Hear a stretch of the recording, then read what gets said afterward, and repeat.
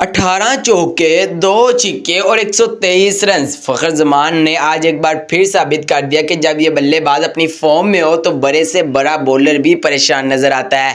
फखर जमान ने ऐसी शानदार इनिंग्स खेली कि ग्राउंड में मौजूद शायकीन खुश हो गए। फखर जमान की धुआंधार वापसी। कुछ अरसे से फखर जमान की फॉर्म और फिटनेस पर सवालात उठाए जा रहे थे। कहा जा रहा था कि शायद फखर जमान पहले जैसी बैटिंग नहीं कर पा रहे, लेकिन आज उन्होंने अपने बैट से हर सवाल का जवाब दे दिया। फखर ने शुरू से ही चाराना अंदाज अपनाया और गेंद को ग्राउंड के चारों तरफ बाउंड्री के पार पहुंचाते रहे। सबसे खास बात यह थी कि सामने कोई आम बॉलर नहीं था। हारिस रऊफ, वसीम जूनियर, अली रजा और खुशदिल शाह जैसे अच्छे और तजुर्बाकार बॉलर्स मौजूद थे, लेकिन फखर किसी के सामने दबाव में नजर नहीं आए। हारिस रऊफ के पहले ही ओवर में फखर ने 15 रन बनाकर अपने इरादे वाज़ेह कर दिए। उसके बाद तो फखर ने पीछे ही नहीं मुड़कर देखा और मुसलसल खूबसूरत शॉट्स खेलते रहे। लेकिन अगर फखर की बैटिंग ने सबकी तवज्जो हासिल की तो दूसरी तरफ शाहनवाज दानी ने भी अपनी बॉलिंग से जबरदस्त तासुर छोड़ा। दानी ने 6 ओवर में सिर्फ 23 रन दिए और सबसे अहम बात यह कि आखिरकार खतरनाक फखर जमान की विकेट भी हासिल कर ली। फखर ने दानी के खिलाफ भी बड़े शॉट्स खेलने की कोशिश की,